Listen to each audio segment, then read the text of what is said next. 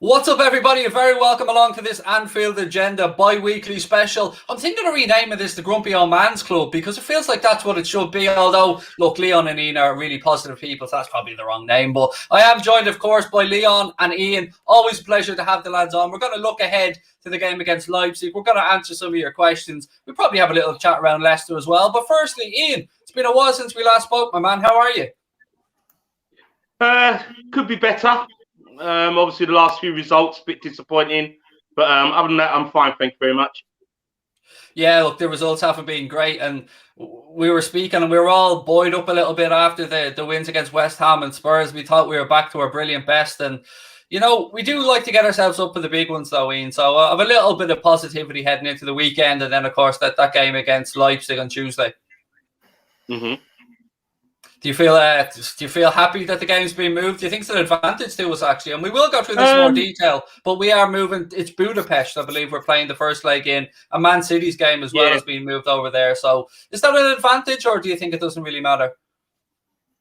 I personally don't think it matters anymore. I think the fact that both it's in a neutral venue, you know, both teams are at the same disadvantage, so to speak. They haven't got the home supporters. So in some respect, I think it'd be okay for us. Then at least the opposition hasn't got any form of advantage over us because obviously we're not even doing it well at Anfield. So maybe just away from it all might actually do us the power of good. Yeah, that's a fair point. So to speak. Leon, where this confuses me as just a regular bloke is global pandemic, not allowed into one country, potential second leg not being allowed at Anfield. So let's move everybody off around Europe to other countries. This baffles me, man, I have to say.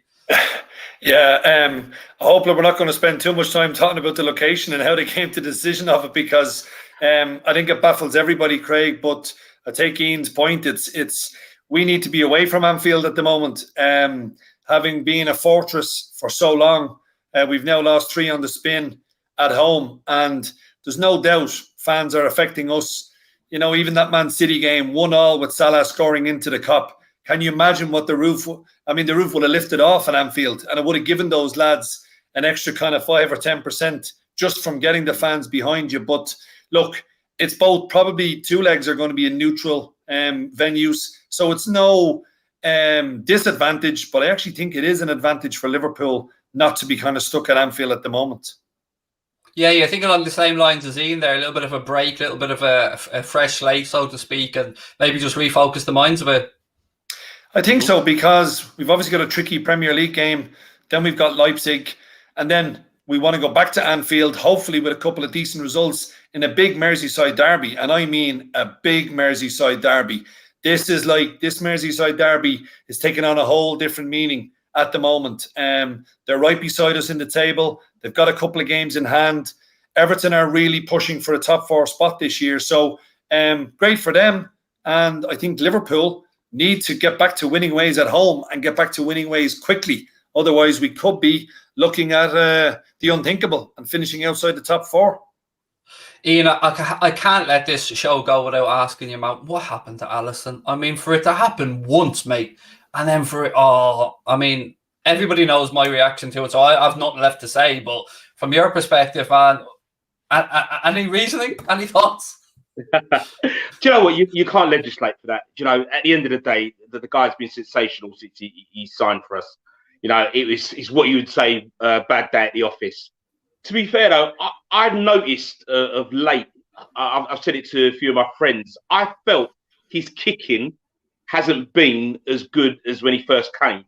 Now, I don't know if it's since his injury, but being a keeper myself, obviously, you know, I look at these things and I said for a while, I don't think his kicking has been as fluent as it was.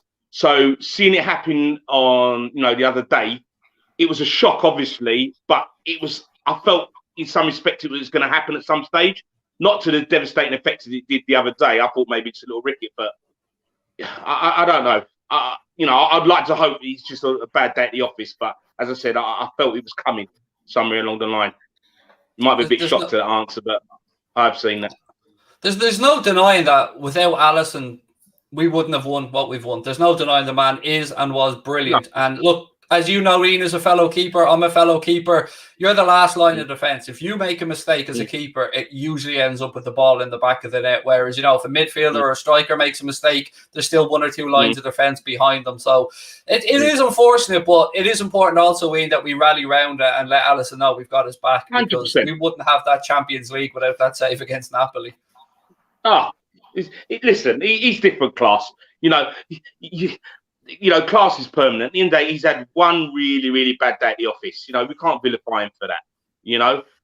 If it became a regular thing, then obviously look at it. But listen, I just put it down to, look, it happened. Move on. Leon, have you any thoughts on it? Because I'm sure, like me, when you were watching it, I'm sure there was some beer thrown around the sitting room, or the cat went running or something. My dog left the room immediately, mate. I'm not going to lie. He was gone. Listen, I was screaming, I was shouting. I couldn't believe the first one happened and then the second one happened. I honestly thought, I was watching an action replay. But look, it's a one-off game. He's made a couple of mistakes. He's still the best keeper in the world for me. And as you rightly said, Craig, he's the reason, or a big reason, why we won that Champions League. People forget that save against Napoli was deep into injury time, I think. And the save he pulled off was unbelievable. Alisson has been a revelation since he signed for Liverpool. And one bad game is not going to change my mind on him. And I agree. And look, I would like to go over the Leicester game, but we've done loads of previews of that. So I thought we might have a look ahead, gents, to Tuesday and that trip to Budapest to take on Leipzig in the first leg of the Champions League last 16. And Ian, for me, mate, this takes priority over everything. Yes, we have to make sure that we maintain a top 4 spot for next season, but this is big. This could be a catalyst to turn the entire season around, Ian. I don't know what you think. No, I totally agree with you, Craig. I actually think it's a good way of taking our mind off the league. We need to focus on something else right now. For me, it's going to be that big question about the centre-backs, who plays, so to speak. Personally, I think we missed the trick by getting these two guys in, not playing at least one of them against Brighton to see what they could have done, and then maybe potentially use one of them against Man City, which would have hopefully got Henderson back into the midfield against City. So for me, it's all about the lineup, where he chooses to go. He's had a few more days now for them guys to train with the rest of the guys and to see what he does. I don't really want to go into that game again with Henderson and Fabinho in the back line again. I want that midfield. I want Henderson back in the midfield. I really do. We miss him. We miss his drive.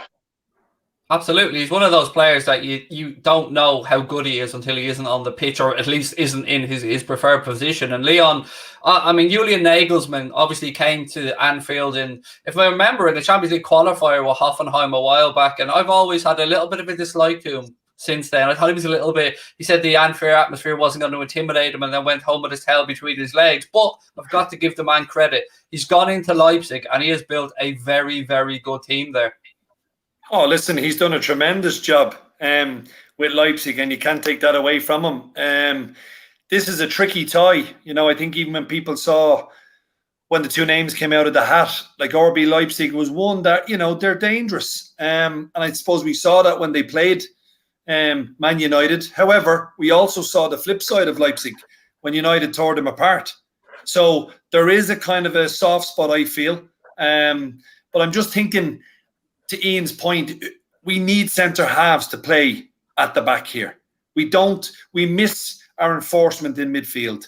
And I think even more so in Europe, to get hold of the ball, to dominate possession. We don't want to be affording Leipzig possession after possession after possession, because eventually they will find a way to actually break us down. And this is massive. Last 16 of the Champions League. Our record in Europe is phenomenal. It'll definitely take their minds off the Premier League. Angelino is a man who we have to be very, very careful of. He doesn't just score goals. He's also well able to create goals as well.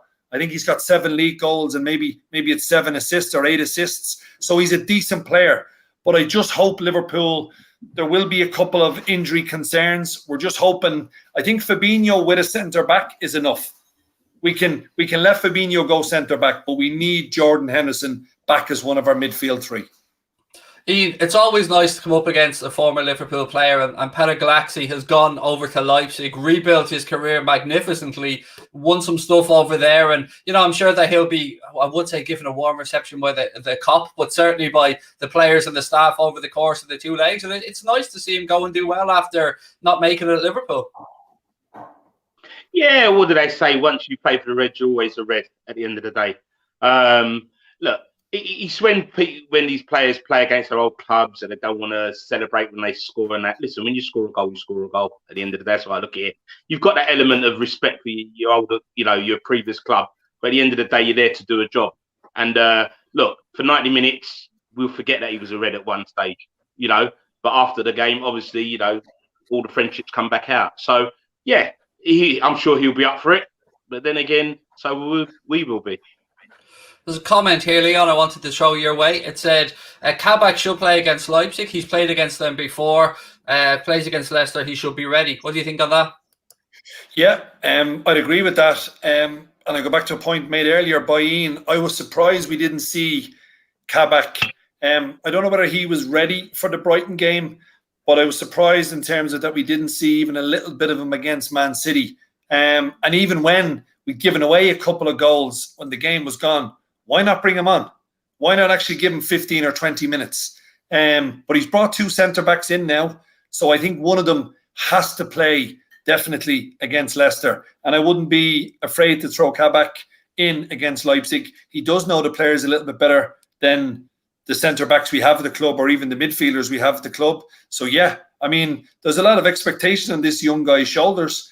But if he can rise up to the challenge over these next couple of weeks and months, then we might just have found ourselves a real little nugget at a very good price come the summertime. I was just going to say that, Ian. It is a very good deal that Michael Edwards pulled off. Look, we can all argue that we wanted a centre-back earlier on in the window. Nobody can debate that. But to go and get Kabak for about $1.5 million loan fee, and then we have an option to buy for 18 million plus bonuses, not an obligation. That both inspires the player to prove himself over the course of his time and give Liverpool breathing room if it doesn't work out. I think timing, not great, but the actual structure of the deal, fantastic.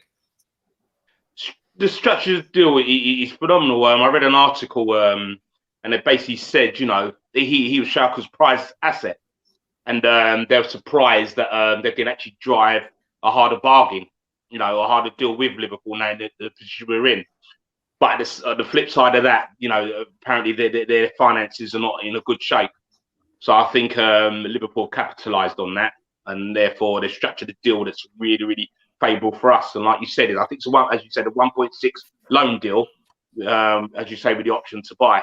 So yeah, it's all in our favour. Like you said, it's up to the player now to prove his work, and I'm sure, no doubt, he'll want to be able to do that, and then to play for the home of the champions.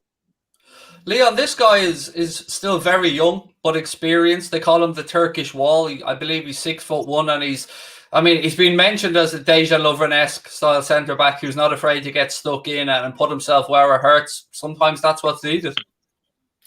Yeah, look, absolutely. I think we need that. We need an old-fashioned type centre half. Like at the minute, I think Phillips has done really well anytime he's come in, and he's a no-nonsense centre half. I know there's a lot of people look at centre halves now, they even look at goalkeepers, and they want them to be ball playing. Everything has to be a ball playing centre half. But sometimes you want to just no nonsense defender to actually put his body on the line when it's required. And I find sometimes nowadays, while it looks fantastic if a centre half can hit a 30 or 40 yard pass, it looks great. But when it comes down to the nitty gritty stuff of clearing a ball or putting your body on the line or making that sliding tackle or doing what defenders are paid to do, sometimes a lot of players are found wanting. So I'm glad that there's a few comparisons with the likes of Lovren. Lovren gave everything he had. Yes, he was a bit rash sometimes and he would throw himself in needlessly. Hopefully Kabak has the same type of never say die attitude, but actually stays on his feet a bit longer than what Lovren did. No one could ever question Lovren's commitment when he was on the pitch. It was just his decision-making, which I felt let him down at times. But all the reports I've read about this kid, Kabak, he doesn't jump in. He waits. But if there's a 50-50, he'll never be found wanting. And I think that's what we require.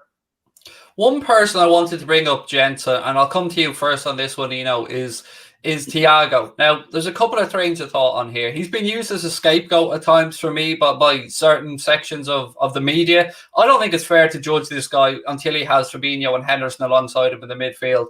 But that being said, we are going into a European tie, and this could be a game for me, mate, where Thiago comes into his own. It's a great point. Yes, I do believe he's being used as a scapegoat. At the end of the day, he's coming to a team that's not playing. It's not firing on all cylinders. There's a lot of players out of form. And therefore, he's been used as a bit of a scapegoat. For me, he has to play further up the field. This screening just in front of the back four, no, I don't think that's his position. He needs to play further up. I want him linking more with Firmino and the other two up front. You say, yes, European tie, get a little bit more time on the ball. Like, when I watched him, when he was playing for Bayern, when I was at Anfield watching him, I tell you, I was with a friend of mine, and he literally had like eyes in the back of his head. He just kept the ball moving. It was just brilliant to watch. And I actually want to see that, come Tuesday, because at the end of the day, I think this will be his setting. Probably get a little bit more time on the ball. He won't be like the Premiership pace, and I'm really looking for him to dictate, to be fair. And we spoke, Leon, about Kabak having, played against Leipzig before. Again, a man in Thiago will know fully what to expect. Leipzig under Nagelsmann are a team that do press, do set a high tempo, and I'd take a score draw. I'd take a score draw away from home in Europe every day of the week, Leon. Oh, look, every time you go away from home, Craig, it's vitally important just to get an away goal for sure. I think every Liverpool fan will take a score draw away from home in the first leg. Mentioning Thiago, I think it is an opportunity for him to actually put his stamp on the club. And I've no doubt Champions League football is one of the main reasons why Jurgen Klopp brought him to the club, because of that know-how, slow a game down, speed it up. He has been treated harshly, in my opinion. I think Liverpool, in the situation we found ourselves in, I think he was rushed back from injury. It was a very nasty tackle against Everton. And he's played nearly every game back-to-back over the last 6 or 7 games. I'd actually love it if we gave him a rest against Leicester.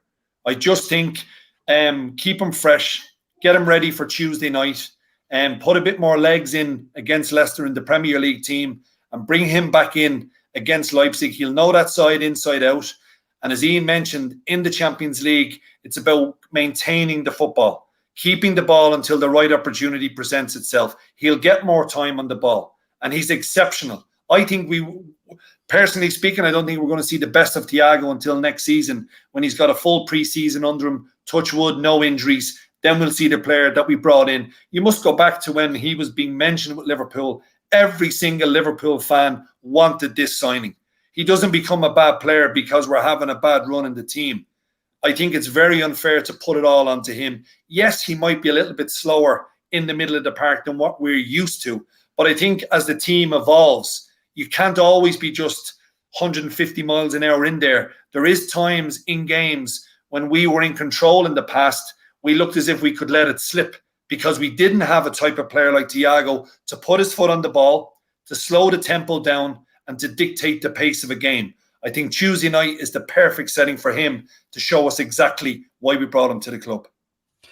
Guys, I want to just move towards summer transfers for a moment, because up against RB Leipzig, we're looking at 2 centre-backs who we've been linked with there, Ndeye Upamecano and Kanade as well. We know with Upamecano that he's got a clause that kicks in the summer for 40 million quid, I think it is. And from everything I've been told, he seems destined to go to Bayern Munich as a David Alaba replacement. But we've also been speaking this week a lot about potential right wing or potential attacking options coming into the club, and I wanted to get your take, Ian, on Rafinha from Leeds, who's somebody who we've been linked with a lot. We've been linked with Harvey Barnes from Leicester City as well, and there was one other player, Pedro Neto from Wolves was the other one we've been linked with. Now, I'm going to pitch something to you here, buddy, and let me know if I run the flag up the flagpole, if you're going to salute. I want to see Salah put through the centre. And if Rafinha or Harvey Barnes or whoever it is comes in, I want them on that right-hand side. And I want Mo just giving give him the freedom to just do what he does best, man. Stick the ball in the back of the net, because I'm not seeing the Mo Salah that's taking players on anymore because he's doubled up, tripled up on. Put him to the centre, let him free through on goal, and get a tricky young winger in on the right-hand side. That's what I'd love to see. Right, first of all, Rafinha, what a player. I watched him the other night, and to be fair, the whole league's performance, I was actually astonished at how fit they were. You know, I've watched them before, but I really took note the other night, and they literally overrun. I forgot the team they were playing. Was it Palace. Who? Palace. Who was it? Palace. Crystal Palace. Literally overrun them. Yeah, thank you. Yeah, overrun them. I could not believe. You know, every time a Crystal Palace player got the ball, there's 2 or 3 Leeds players around them. That Rafinha guy, he was brilliant. Absolutely brilliant. He played for me with freedom. Yeah, it was just giving the ball, and his first thought, forward, go forward, run at that defender, run at that defender, run at that defender. You know, I miss that. I want to see a bit more of that, yeah, from our team. So therefore, like you said, putting Salah in the middle, that is a good shout, because there'll be, like you say, he seems to have been found out, so to speak, with regards to taking players on. He doesn't seem to be able to get round players like he used to. Maybe just going for a bad patch. I'm not sure. But the Rafinha guy, superb. If you gave me a choice out of all 3 of them, I'll probably go for the Rafinha, to be fair. Yeah, there's some good players there, Leon. I mean, the Harvey Barnes thing, you're going to have that English tax, aren't you? That premium that you pay for a homegrown player. Pedro Neto, obviously we know Wolves have a great record of bringing through Portuguese youngsters through George Mendes and the Guest a Few agency, the same agency, by the way, that we brought Fabinho and Diogo Jota in with. So we've obviously got a good working relationship there with super agent Jorge or George Mendes. I'm not sure how you pronounce it, but I have to say, he came in from Ron, Rafinha, I think 17 million quid, if my memory's correct. I think it was Leeds' record transfer. I'd imagine a figure of around 40 million may convince Leeds to sell. Now, they won't want to lose him, but I wouldn't mind seeing him on the right-hand side of that attack, I have to say. No, it's a fair shout in terms of Salah moving inside, because, as both of you have alluded to, he just has lost that. Maybe he's lost that little bit of one-on-one capability. And maybe some of the defenders have catched on to him. But if you still look at when he gets in the box, I go back to that West Ham game. I mean, his first goal in a tight space, to jink it left, to jink it right, and to finish it. And then his second goal would have been more kind of on the break into the middle. But I think also, guys, what we're missing is we're missing Diogo Jota.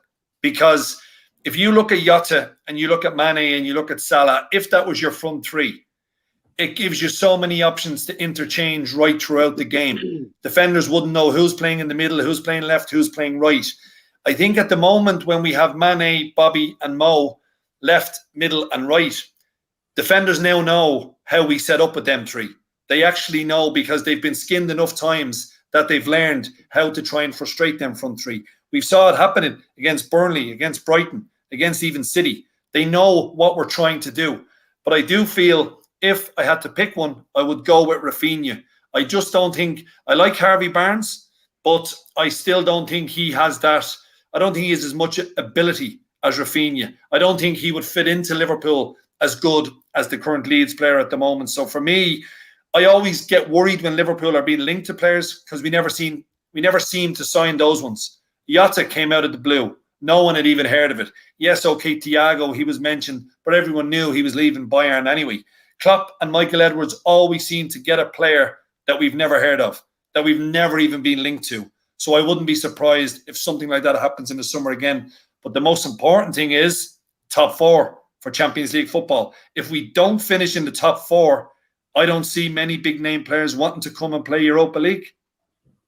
One thing I want to point out is we've seen players reinvent themselves at times. Look at Cristiano Ronaldo. When he got that little bit older, maybe lost that little bit of pace, he's got enough match awareness and enough football ability to be able to move centrally. And the man has become a goal scoring machine. And I really, really do feel that we could get that from Mohamed Salah, a similar type scenario.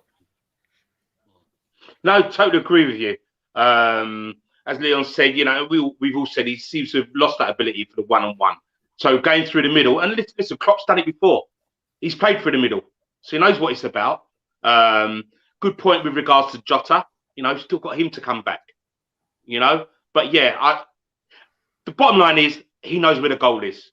Yeah. At the end of the day, you think of that finish he done when he brought the ball down in one touch, bang, and scored the other day.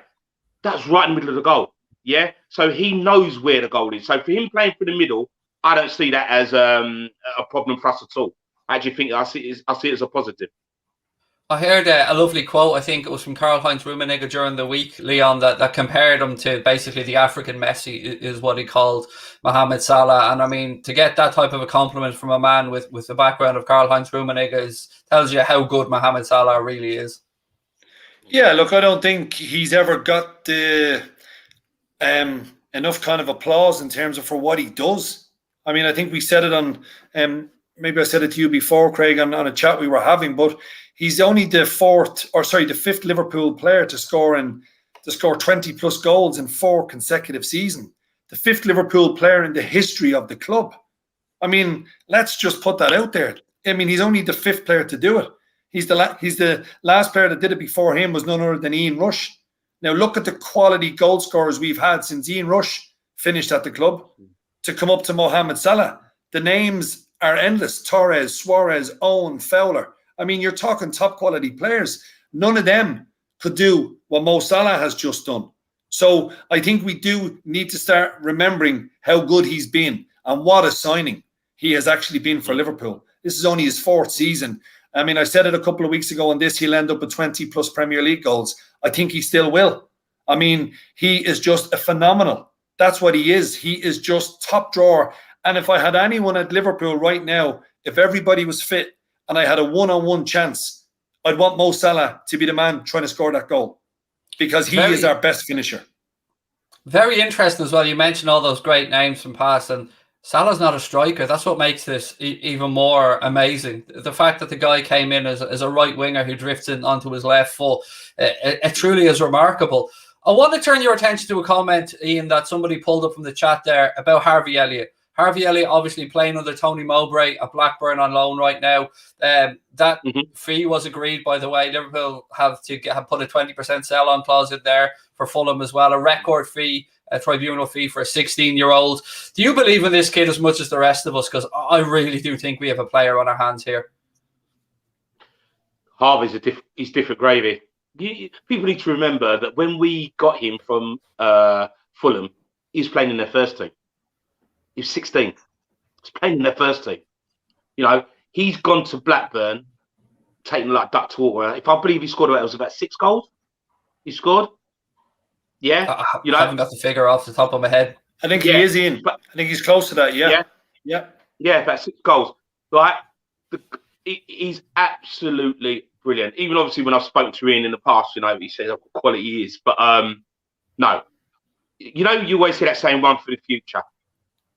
I believe this guy is definitely one for the future. He's doing the right thing. He's going out. He's getting regular football. He's obviously getting stronger each week. And for me, we're talking about the Rafinha. We're talking about Jota. We've got this kid coming through as well. Let's not forget.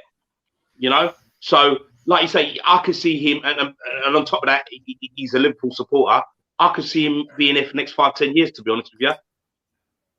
I absolutely agree. And this comment here is something I was just about to bring to Leon and say, when you get a player, mate, and you send them on loan to the Championship, you want him to be a standout. You want him to show that he's above that level. And even at the tender young age that he's at, he has shown that he is getting ready and that the club did the right thing sending him to that specific club. We're very careful about where we send players on loan to. And the club looked at Tony Mowbray, Leon, and thought that was the right fit for him. And it seems that Tony Mowbray is doing exactly the right thing with Harvey Elliott, managing him well. And he does look a step above the Championship.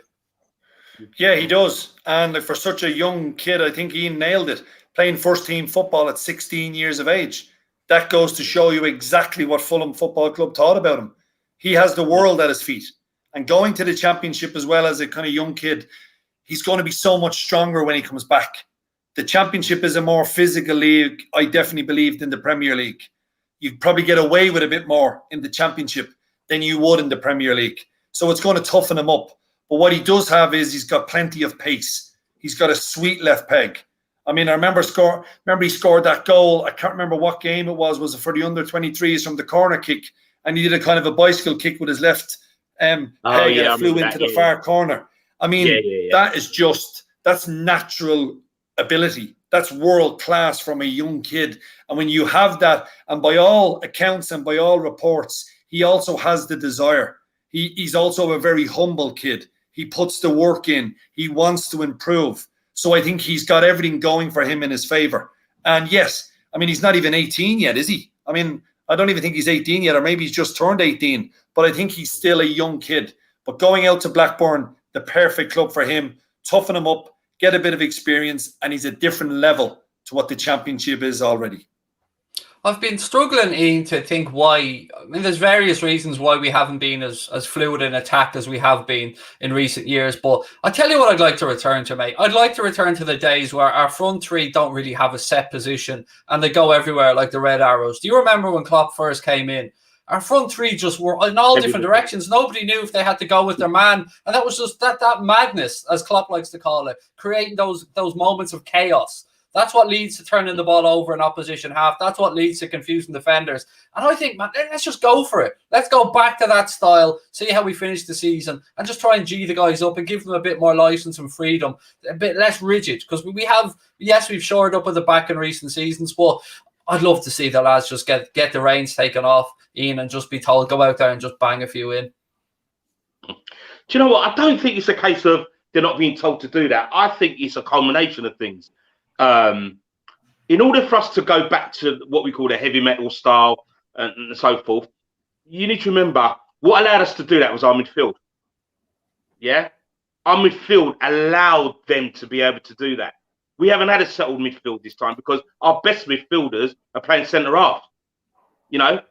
So, when you take out Fabinho, you take out Henderson, it's going to leave a hole. I remember seeing on Twitter someone put, if Man United played Scholes and Keane at centre half, would they have won the 1999 Champions League? No. See what I mean? Yeah. Exactly. So people need to understand that our engine room has been disrupted, which then, once that's firing, that allows everyone around them to do what they need to do. Yeah, Trent's not having the best of seasons. Yeah, it happens. He's due a dip in form. The guy's been phenomenal since he's come onto the stage. Yeah, it's one of those things. You go through that patch.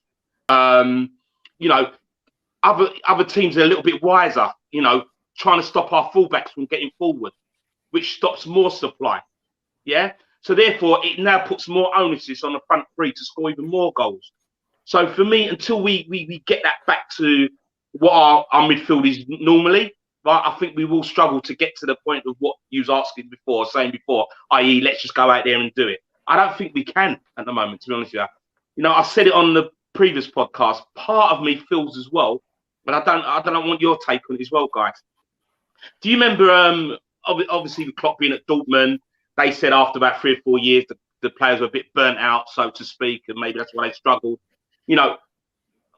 Part of me, I know part of me feels that is part of the problem as well. Are we slightly burnt out?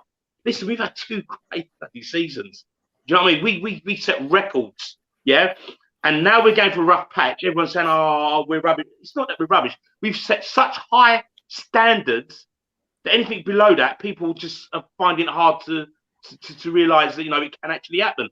And I think that's part of the reason. I do feel like we're slightly burnt out. Right, obviously we've got injury problems. I think it's a combination of things, and I think until we start getting some fresh legs in, and people getting back to what we know, I think unfortunately we will struggle a bit. Yeah, look, football is certainly cyclical, and there was a great piece on Monday Night Football where they went through the great sides of Barcelona, Manchester United, Arsenal, Chelsea, Manchester City, all these teams that have won umpteen titles, and they generally go in 3-4 year cycles, Leon. So, this isn't or probably shouldn't be wholly unexpected that we have this bit of a mess of a season, for want of a better phrase. No, it is. And I think, anytime it was a big game, Jurgen went to the same trusted 11. The same trusted 11 over the past kind of 2 to 3 seasons. They played every single big match. And we all knew who it was going to be. It was going to be Wijnaldum, Hendo, and Fabinho in the middle of the park. And as Ian said, when you get the ball back quick, those front three ahead of you, plus Robbo and Trent on your outside, they can go wherever they want, because it's about the quick turnaround in possession. If you get it back from your opposition, you're now in control while they're trying to get themselves sorted. And I know that when we got the ball back, our players knew just run anywhere, because you will get it. Just go anywhere. Because if you even look at Jordan, or if you look at Fabinho, when they got the ball back, 9 times out of 10, it was in the opponent's half. And as soon as they get it, they're just looking for a one quick pass to the front three. And that's what we're missing right now. We don't have that turnaround in possession. We were deadly at that. We were exceptional at just getting it and giving it. And it was literally the boys in the middle knew once we get it, we pass it on to either the front three or our 2 wingers, which was basically Robbo and Trent. That was their call. Get it, give it, get back into the middle. And it worked so well because we got the ball back so quickly. And I think another thing, even with Trent, going maybe a little bit back to the Mo point, I think if someone else comes in front of Trent, that's going to help him enormously. Because when Mo plays on the right, he doesn't do the tracking back as much as Saudio does on the left. He doesn't give Trent the protection that Mane affords Robbo. And I think a lot of people miss that sometimes. Trent is left on his own a lot. And there's no doubt Robbo and Trent get forward as much, both on the same level, but they don't get the same cover from their respective wingers, Mo against Mane. I think that's where Jordan Henderson comes into his own. You often see Jordan Henderson when he's in midfield tucking into that right-hand side to provide that cover for Trent. I want to get predictions before I go, gents, but I just have to pull up a comment because this actually, Barcelona are said to avoid playing Coutinho for the rest of the season so they don't have to pay us. That isn't actually true. The actual truth of that matter is that Liverpool sold off that debt to a third party and Liverpool have been paid in full. So if Barcelona don't click that, it's not Liverpool they owe the money to. It will be to another finance. Don't ask me how it works. I just remember reading an article on it recently. You'd be absolutely amazed if Michael Edwards would ever get stung, or Liverpool Football Club would ever get stung out of a deal, because the one thing we've got to say, that Michael Edwards is an absolute genius when he goes to get any type of deal done. It always seems to work in favour of Liverpool. Yeah, I just read an article in the last couple of days. It could be in the Echo or somewhere where they had a football finance expert on. They were speaking about this and they would just say Liverpool aren't owed anything. They've claimed all the money they've gotten. They sold off some of it to, let's say, for want of a better term, a collection agency for X amount on the euro, whatever it was. So, look, gents, before we finish up, and God, time has flown. I can't believe it's almost 40 minutes already. I want to get a couple of predictions off you. I'll come to you first, Dean. Firstly, the Leicester game at the King Power, 12:30 on Saturday. And then, of course, the first leg in Budapest against Leipzig coming up on Tuesday. Well, it's a game we have, all the games we've got to win, but that Leicester game is massive. We can't afford anything other than a win. When we last played, I remember we beat them, was it 4-1 or 4-0? It won't be like that again. I'm going to go for a 2-1 win. I see Leon smiling because he said the very same thing when we did our preview a few minutes ago. Right. That's exactly the same as me, Ian. I hope our silly little minds are right. Here's hoping we both predicted a win, because I think we're kind of in the same predicament before the Spurs game when everyone was feeling, look, we need a win. And I think since we've beat West Ham, we now need a win. And it is a massive 6-pointer because Leicester, make no mistake about it, they're one of our competitors for one of those top 4 spots. Yeah. And second game, against Leipzig. 1-0. 1-0. I take a 1-0. I'll always take a score draw away in Europe. Leon, I don't know about you. 1-0. Yeah, I mean, Leipzig like to attack. They like to play open football, which kind of should help us. They're second in the Bundesliga behind Bayern Munich, so they're going along nicely. I think Leipzig, it's a little bit different because I always felt in normal times when we had fans in the stadium, if a side played us at home first, they knew they had to take something to Anfield to have any chance whatsoever. Now it's kind of changed around quite considerably. Where sides will know we're struggling at home at the moment. We don't have that 12th man. So I'm expecting a bit of a cagey game on Tuesday night. And do you know what? Don't be surprised if it's a 0-0. Don't be surprised if it's a 0-0. Hate those first leg scores. They always make me so nervous. Leon, you brought that to the table. I know, and Ian, I hope I'm wrong, but I just look now at what I said about not having Anfield full to the rafters, a European night. The atmosphere is absolutely rocking. We don't have that anymore. So I think Leipzig might take a bit more of a conservative approach come Tuesday night than what they're normally doing in the Bundesliga, where they like to go out and win matches. I think they might just go a little bit more conservative against us on Tuesday evening. As always, folks, if you're watching this back later on or you're watching it live now, we'd love to know your thoughts on everything we've spoken about in the comment section. Drop a like on the video. A massive thank you to Ian Brewster and to Leon Blanche, as always, for joining me. No doubt, gents, will speak again in a couple of weeks. I'll be back, folks, later on tonight at 8:30 with the late night agenda, as always. But as the guys have said, there's a lot of big games coming up. And Ian, I just want to say thanks again for coming on, buddy. And I hope you have a cracking weekend. It was a pleasure. Thank you. And to Leon, look, no doubt, mate, we'll talk soon as well. And shout out to the guys over at Boyle Sports for all the support they've given us here at Anfield Agenda. Yeah, no problem at all, Craig. Let's get a win against Leicester. Let's get back to winning ways. Thank you very much for watching, folks. Take care. Have a lovely weekend. And up the Reds.